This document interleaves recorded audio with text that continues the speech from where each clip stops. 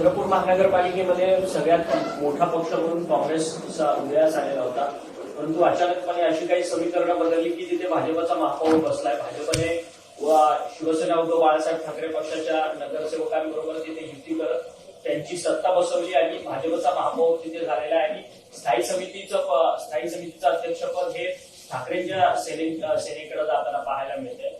हे या नवीन समीकरणाला कशा पद्धतीने पाहताय? असा की आमचा एकतरी नगरसेवक गेला का? आमचे 27 आहे, आम्हाला 31 मतं पडलेत. आमच्यासोबत देशमुखांची जी आघाडी होती त्यांचे 3 आणि 1 म्हणजे 27 आणि 3 30 आणि 1 31 असे आमच्याकडे सदस्य आहेत.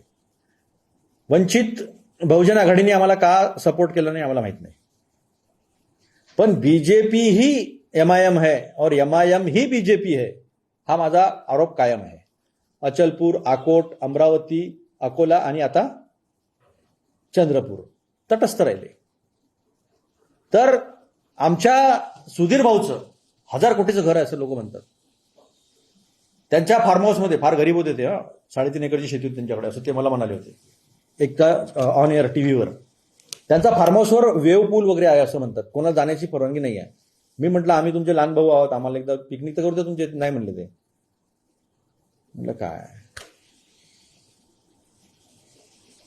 तर ते सुद्धा कोट्यावधी रुपयाचा फार्म हाऊस आहे असं तिथे अनेक आरोप झालेले असो. ते त्यांचा ते व्यक्तिगत आहे, पण पैशाचा प्रचंड भडीमार, सत्तेसाठी कोणाशीही युती, आणि जे सांगतात की आम्ही हिंदू राष्ट्र निर्माण करणार आहेत ते MIM सोबत 5-5 ठिकाणी बसतात. एका ठिकाणी योगायोग, एका ठिकाणी स्थानिक निर्णय असं मानू शकतो आपण. 5-5 ठिकाणी स्थानिक निर्णय होऊ शकतात का?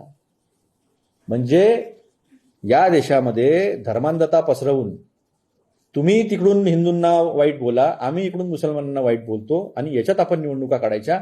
मग हे वीज दराचे प्रश्न, बेरोजगारीचे प्रश्न, महागाईचे प्रश्न, लॉ अँड ऑर्डरचे प्रश्न, महिला सुरक्षेचे प्रश्न याच्यावर चर्चाच झाली नाही पाहिजे. त्यामुळे हा चंद्रपूर पॅटर्न वगैरे काही नाही आहे. शेवटी देवेंद्र फडणवीसांना मुनगंटीवार आणि किशोर जोरगेवार यांना सांगावं लागलं की तुम्ही गप्प बसा आता. त्यांच्यामध्ये मारामाऱ्याच व्हायच्या राहिल्या होत्या. ते आम्हाला सांगतात प्रत्येक घरामध्ये भांडे असतात, वाजतात. ठीक आहे, आमच्या इथे पण थोडंफार कमी जास्त आहे, असं नाही आहे, असं नाही आहे, आम्ही अमान्य करणार नाही. पण आपलं ठेवायचं झाकून आणि दुसऱ्याचं पाहायचं वाकून, हा धंदा बंद करा म्हणतात बीजेपीला. त्यांचं उत्तर आता उद्धव ठाकरे साहेबांचे पक्ष देतील. पण आम्हाला सांगितलं होतं की आम्ही एकतर काँग्रेससोबत जाऊ किंवा आम्ही विरोधात बसू, असं आम्हाला स्पष्टपणे आपण पाहिलं असेल संजय राऊत साहेबांच्या प्रेसमध्ये पण काल सकाळी ते बोलले होते. त्यामुळे तसंही आमचं 31चं गणित बसत होतं, 23 आणि 31 असं होतं ते. पण वेळेवर वंचित आणि MIM जे आहे ते तटस्थ राहिले, मतदानाला आले नाही. आणि शिवसेना उद्धव बाळासाहेब ठाकरे जे आहे ते बीजेपी सोबत गेले. हा फरक पडला. परंतु संदीप गिर्रे जे त्यांचे जिल्हाध्यक्ष आहेत उभाटाचे, ते म्हणतात की आम्ही वारंवार काँग्रेससोबत या सगळ्या संदर्भात चर्चा करायला जात होतो, सत्ता कसं स्थापन करायचं आणि काय वाटाघाटीच्या चर्चा होत्या, परंतु त्यामध्ये कुठेतरी अपमानजनक वागणूक जी आहे ती शिवसेना उद्धव बाळासाहेब ठाकरे पक्षाला मिळत होती, अशा पद्धतीचा एक आरोप. हे छान झालं, म्हणजे मी त्या प्रक्रियेत होतो म्हणून मला माहिती आहे. अदरवाईज माझ्याकडे उत्तर नसतं. मी सुद्धा परवा चंद्रपूरमध्ये होतो.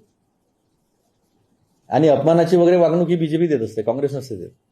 10 वर्ष आम्ही आघाडीचं सरकार ते केंद्रात चालवलं, राज्यात 15 वर्ष चालवलेलं आहे. आतापर्यंत व्यवस्थित महाविकास आघाडीमध्ये सगळं काम झालं, कधी अपमानित झालं नाही. आता कसं ते म्हणू शकतात? त्यांना उपमहापौर आणि स्थायी समिती हे ठरलेलं होतं. रात्री तुम्ही वडेट्टीवार साहेबांच्या घरून गेले नागपूरवरनं. तर आता तो उगाळण्यात काही अर्थ नाही आहे.